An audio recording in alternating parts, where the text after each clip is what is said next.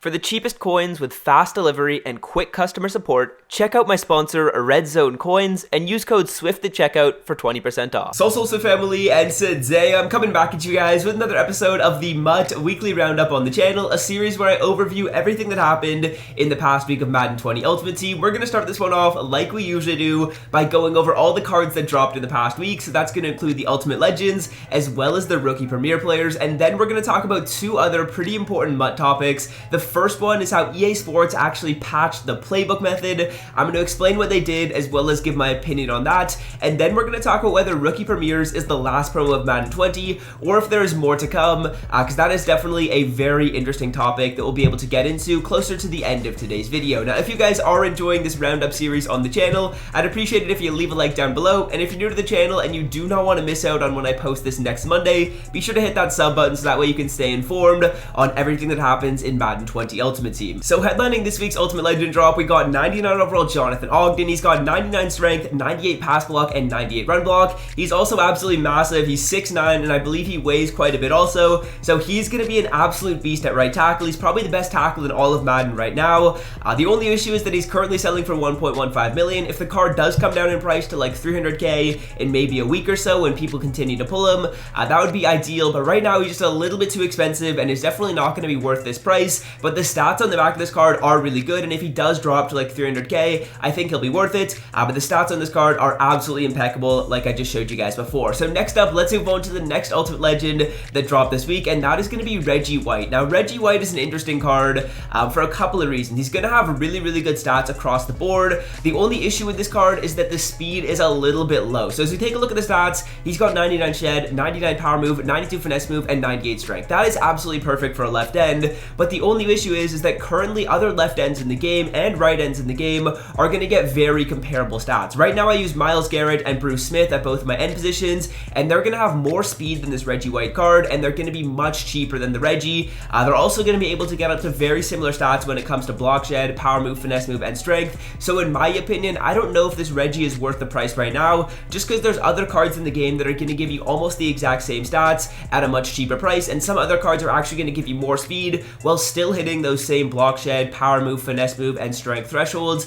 This is a pretty solid card, but right now he's a little bit too expensive and the speed is a little bit low for me. So the final card we got this week is 99 overall Derrick Brooks, who's going to be your prototypical 4-3 linebacker. In my opinion, 4-3 linebackers are definitely not worth it in this year's game. It's definitely much better to have linebackers that can pass rush and play in run defense, just because people love to run the ball this year. And at 84 block shed and 77 strength, this card is not going to be able to do either of those two things, but he is going to be really good in pass coverage. I believe his zone coverage is over a 90, so if you drop him in coverage, he's going to be solid, but at 400,000 coins, the stats on this card are definitely not worth it. So this week's Ultimate Legend drop, I think, was solid. If Ogden was a little bit cheaper, I would like it a lot more, but still hoping that we end up getting someone like Sean Taylor in next week's drop. So now let's go over the Rookie Premier cards that just released. I'm going to do a 10-second take for each of these cards, which means I have 10 seconds to go over the player, talk about whether I like them, and talk about the stats on the back of the card. And at the end of that, I'm going to give the players a W, an L, or an N rating. An N stands for neutral, an N means you just don't care. I want to give a shout out to Xerxes as well for taking these photos and posting them up on Twitter, and these rankings are simply going to be on a Madden 20 basis. I'm not talking about the long-term value of these cards in today's video.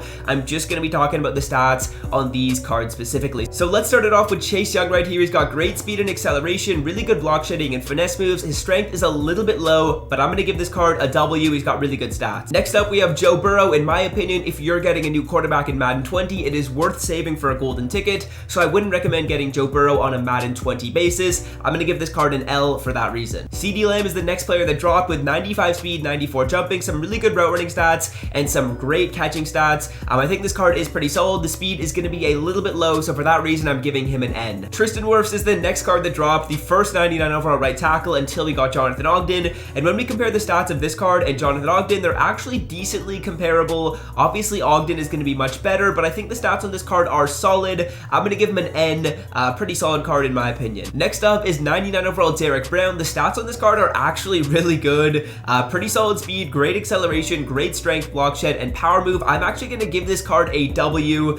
Pretty good stats on this one. Now, Jeff Okudah is another card that we got with 97 speed, 98 excel, really great man coverage, but the zone coverage is a little bit low and the play rec is low as well. I feel like play rec and zone are two of the most important stats on a corner, so it pains pains me to say this because I do really like this card, and I do really like how well I think he could play in the NFL, but I'm giving him an L just because of the zone coverage in the play rec. If you're a big Lions fan or a big Jeff Okuda fan, don't hate on me in the comment section. I'm just judging it off of those two stats, which I wish were a little bit higher. Cole Kmet is the next card we got here. Great speed and great catching stats. He's going to be the ultimate pass catching tight end. The run blocking is a little low and the strength is a little low, so for that reason, I'm going to give him an N. Xavier McKinney is another card we got. Really good speed, really good acceleration, really good hit power. The play rec is all the way up to a 98. I wish the zone coverage was a little bit higher. If that was sitting at 92, this card would definitely be a W, but since the zone is a little bit low, I'm going to give him an N. He's got really good man coverage, so he's pretty versatile, but probably an N for this card. So Clyde Edwards-Helaire is another card we got. He's decently slow with only 94 speed. You'd like to see that a little bit higher.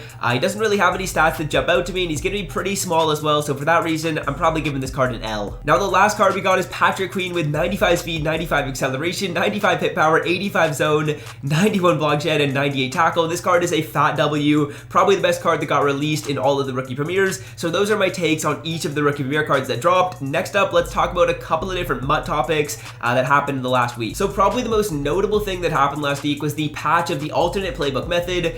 This used to be an amazing method because training was so cheap. Since training was so cheap, it costed about the equivalent of 100 coins to open up this pack, and when you open up the pack, you could quick sell the playbook for 500 coins. EA decided to change that. They said enough of this coin making method. We're taking the easy way out of a clear problem we have in the game, which I'll explain in just a second, and they decided to change it so these playbooks now quick sell for 125 training rather than the initial 500 coins, making the coin making method unusable and unprofitable. Now this, in my opinion, is a really lazy way to fix a clear problem that was in their game. The clear problem is that people were able to bot this. They were able to bot it on their computer, they were able to bot it using their remote, and essentially what people set up is a bot that would scroll over at the exact same pace every single time.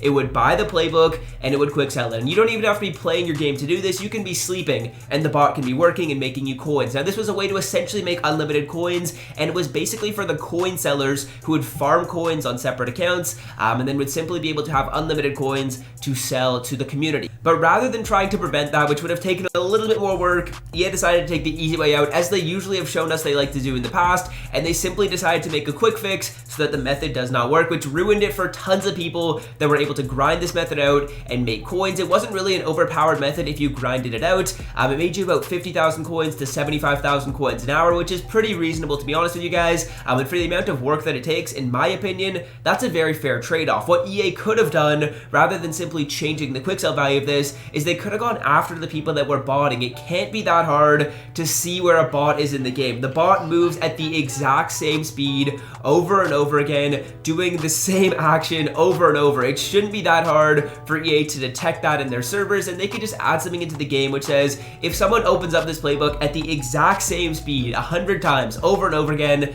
their account gets suspended. Because obviously if a human being's doing it, they're going to be switching it up by even like 0.1 of a millisecond. They won't be going at the exact same speed, but a bot is going to be moving at the exact same speed every time, so it can't be that hard for EA to do a little bit more work and try and go after those people that were botting and kind of getting the bots out of the game, which is definitely a good thing. But instead of doing that and doing a little bit of extra work, they decided to simply make it so the method doesn't work anymore, and that ruined it for a ton of people that were willing to grind this out and put some time into their game to make a little bit of coins. But instead, like I said, EA decided to not take that route, and they decided to simply make it so that the playbook method does not work anymore, rather than going after the people that were botting, which is definitely a little bit disappointing. And it makes it so there's not a lot to do, in my opinion, during the midweek stage of the game, like from Monday to about Thursday. There's not a ton to do in game because there's not a lot of great ways to make coins, and head-to-head, in my opinion, is getting a little bit boring. So moving on to the final aspect of today's video, let's talk about whether we're going to be getting any more promos in Madden 20. Now typically when rookie premieres come out,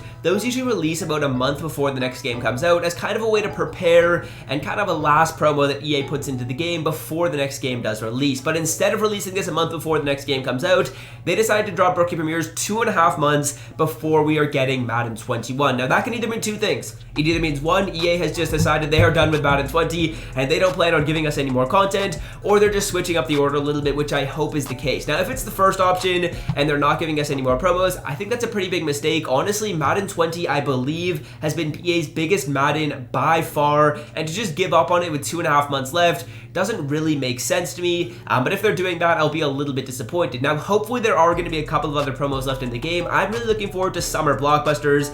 Usually that promo is a way to give exciting players really good cards with some super glitchy stats. I'm hoping that the way EA does it is we're going to be able to get some super glitchy players. If you guys do remember in last week's video, I suggested that they should give some 99 overall stats on different positions and in some really unique stats. So here are some suggestions that I have for them. I have 4 kind of position groups where we could get a really cool 99 overall stat. If you guys have any suggestions for what they could do, leave it in the comment section, because I think it's a really good way to get creative and get some excitement at the end of Madden 20. So here's the first thing that I'm hoping. I'm hoping that we get a 99 carrying quarterback. I think that could be super fun to run read option or the triple option with him. So I think that would be really cool if they juice up the stats on one quarterback that they drop in Summer Blockbusters to a 99 with the carrying. I'm hoping we also get a 99 hit power cornerback. I feel like that'd be really fun as well. Right now, Night Train Lane is going to give us the highest hit power at a corner, and I don't know exactly how high that is. I think that's in the high to mid 90s, but if we can get one at a 99, that would be pretty fun just to rock with that at the cornerback position. I also think if we get a 99 speed kicker / punter, that would just be kind of cool to run fakes with and just mess around with that. And finally, to stick on the theme of Madden 20, we need a 99 run blocking tight end, just so EA puts that in for the meme. I'm hoping that they end up doing that. If you guys have any suggestions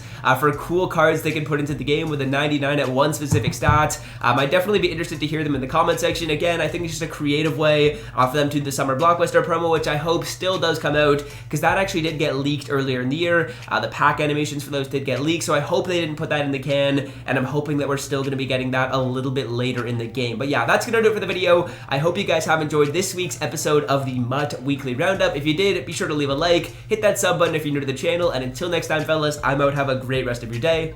Peace. So